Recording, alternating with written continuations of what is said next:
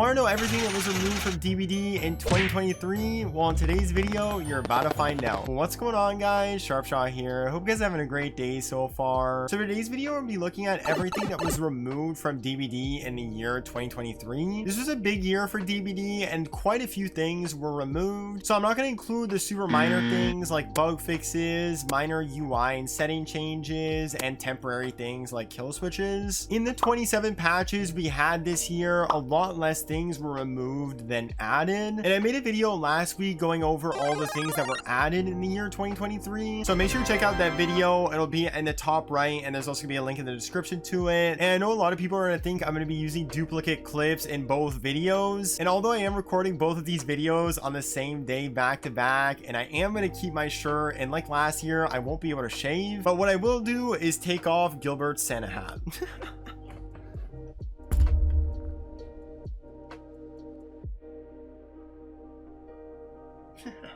Now you guys can definitely not say that I use the same clips.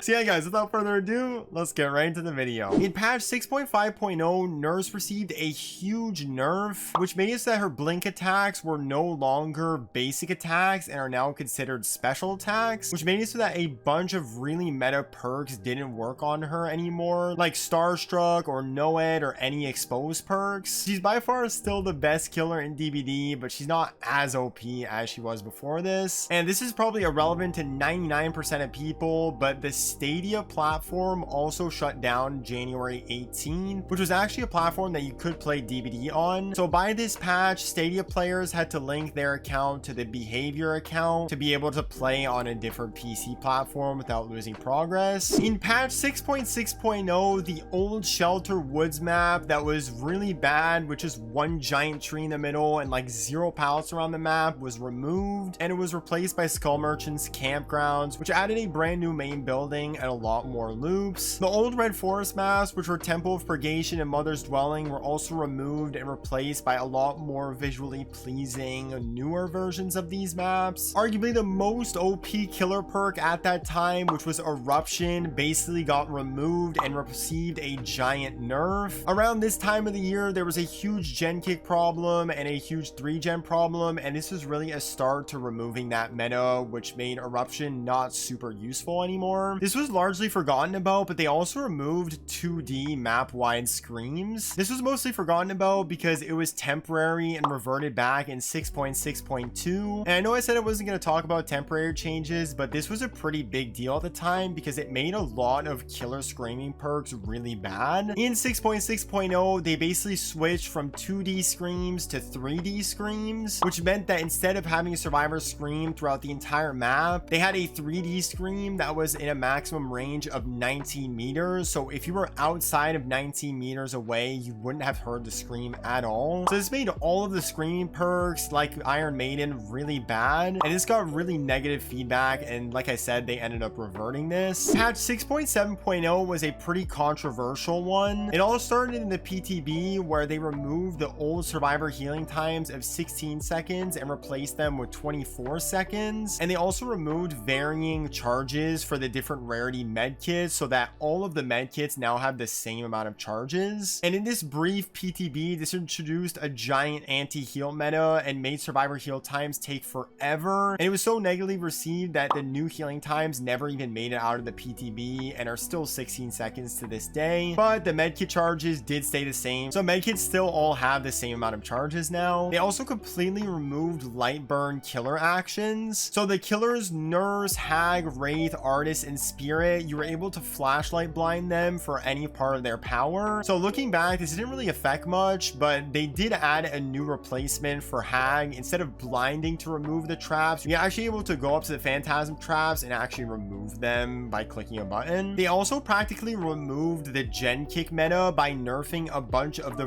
really strong perks at the time, which were Pain Res, Call of Brine, and Overcharge. I know Pain Res isn't really a gen gen kick perk, but it was a very big gen regression perk at that time. And after these nerfs, unless you were pooling all those perks together, you weren't really able to use those perks as effectively as before. And they also completely removed the boon meta by absolutely gutting Circle of Healing and making so that you can't heal yourself in that range anymore. And finally, probably the only non-controversial thing they did in this update was removing the old Auto Havens Wreckers map and replacing them with new ones. Specifically, Blood Lodge and Gas Heaven were basically thrown out the window and brand new maps were introduced. The main buildings and the long car walls were all in different spots, and they did this to make it a lot more balanced for both sides. And they added a lot more visual touch-ups and updates to loops on all of the rest of the maps. Patch 7.1.0 was arguably the biggest chapter in 2023, and a ton of stuff was removed. They removed hook grabs. This was a really big talking point at the time and was pretty controversial, but looking back, this is completely fine. Before this change, as a killer, you're able to yoink a survivor as they were getting an unhook, but they removed this basically as a start to removing face camping as a playstyle. And their argument to removing this was that it wasn't a big deal because a killer is still able to get 2 hits on that survivor anyways, and they were completely right. If someone is going for an unhook, if you get 2 hits on them, you're still able to down them. They also completely removed brand new parts and replaced it with a brand new description. Instead of adding progression onto the gen, this new brand new part takes away progression that you need to work on. It doesn't add as much progress to the gen, but if the killer did come up to kick or regress that generator, it does end up being a lot more consistent in keeping that same amount of charges. And they also did a ton of perk updates, most notably and most sadly removing the blood points that you were able to gain from Prove Thyself, and also nerfing the progression that you get per co-op, which was a very sad day and made so that there aren't really any more consistent blood point perks on the survivor side. The old Hangman's Trick was removed and replaced by Scorch Hook Hangman's Trick. This perk was already bad before, and they somehow made it even worse. They also removed all of the old character portraits for the survivor and killer and replaced them with new ones. And the old ones were more of an art style, and they transitioned to a newer 3D rendering screenshot style. And comment down below if you like the old ones or the new ones better. I'm personally on team old. I think the new ones look pretty goofy, but I know a lot of people like the new ones, so the community opinion is pretty split on this. They also threw out the old Coldwind Farms maps and replaced them with new ones. Specifically Fractured Cowshed and Rancid Abattoir, they completely shifted around where the main building and all of the loops were to try and make it more fair for both sides. And they also added a bunch of new corn loops in the empty parts of the map on all of the other maps. They also removed a big part of Onryo's power interacting with the TV and replaced it with a new version. They gave her a huge rework to her power in the hopes of buffing her, but it didn't really work out at all. And she's able to teleport a lot less than she was before, and the survivors interact with the TVs in a completely different way. And this was very negatively received, so much so that they're going to be reworking Onryo in 2024 again. And a very long-awaited killer nerf came to Spirit by removing her OP add-ons. They nerfed a bunch of her add-ons, and most notably Mother-Daughter Ring, where instead of a 40% movement speed, she now gets 25%, so it's still strong, but it wasn't as OP as it was before. Now DBD just needs to nerf Blight's add-ons, and they still haven't done it.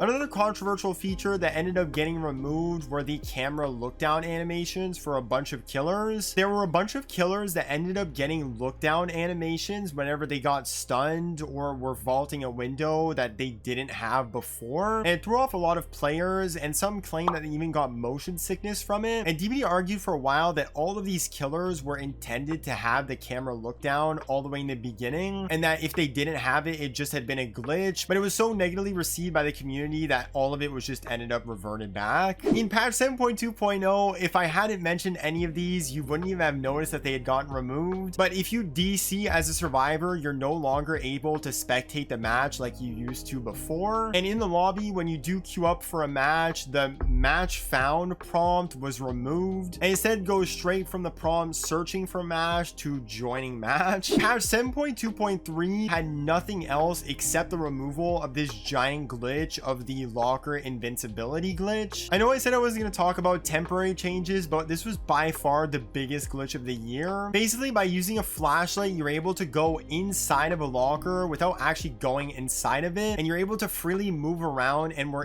invincible to the killer, and they couldn't hit you, they couldn't down you, and they couldn't kill you. So this ended up being really OP, and it ended up getting flashlights vaulted. So in this patch, they just removed it. Patch 7.3.0 was also a big one that had a ton of removals, most notably removing the face camp playstyle by introducing the anti-face camp mechanic, where beforehand you could face camp and nothing would happen to the survivor on hook. But now with this new mechanic, if you are getting face camped, the survivor on hook has a meter, and if it fills, they're able to unhook themselves regardless if they're in the first hook state or second hook state. Another huge removal was the removal of 3-gen Skull Merchant. They basically threw her original and old power out the window and replaced it for a more focused chase playstyle power. And in my opinion, I think she's more fun to play against than she used to be, because she used to be miserable. But so many survivors are still scarred by the old lockdown Skull Merchant that still see every match a survivor DC against a new Skull Merchant. Old Trapper's power also got removed and replaced by a teeny new portion to his power, which added haste. Basically, whenever you place a trap now, you gain a 5% haste for a few seconds. So he's still not great, but at least he's a little bit faster than he was before. They also removed the old furtive chase perk and replaced it for a brand new description, but there's nothing really to talk about because they're both bad. And they also replaced the old background player speed for an insanely fast speed buff. Now if you use background player, if you activate, you basically become the Flash and you're flying around the map. They also threw out the old Shattered Square map and replaced it for a new smaller version to make it more balanced for both sides. But there was one problem with this new map, is that there were way too many pallets, and it took all the way until patch 7.3.2 for them to address this and lower the amount of pallets on that map to make it to what it is today. And they also threw out all of the old Macmillan Estate maps and replaced them for new map versions. You can still find these old versions in the custom games, but all of the Macmillan maps that you do play on in the live build right now, they're all brand new, with the main building and the killer shack and the loops all being in different places. And DB's goal for doing this was to keep everything fresh for veterans and newbies alike. The 7.4.0 patch was definitely a fan favorite. To start, they removed the OP made for this perk and replaced it with a much weaker perk description, to the point that it's almost impossible to use this perk like it was before. So nowadays you basically don't ever see made for this anymore. So all killer mains will rejoice to that removal, but it isn't all sunshine and rainbows specifically for trickster mains, because they removed the old main event and replaced it with a new main event power. They made it so that you get main event a lot more often, but your throwing rate also got changed with the movement speed and things like that. So it was supposed to be a buff, but a lot of trickster mains are saying that he's actually worse off than he was before and that it's a nerf. It's still yet to see in 2024 if Trickster is going to get another rework. This was such a big patch that Nemesis's new vaccine animation went largely unnoticed. The old animation of just self-healing got removed and was replaced by a much more accurate of sticking the vaccine, which is a lot more accurate to Nemesis and Resident Evil. And finally, the best removal of all of 2023 was the removal of the Stranger Things perks as general perks, because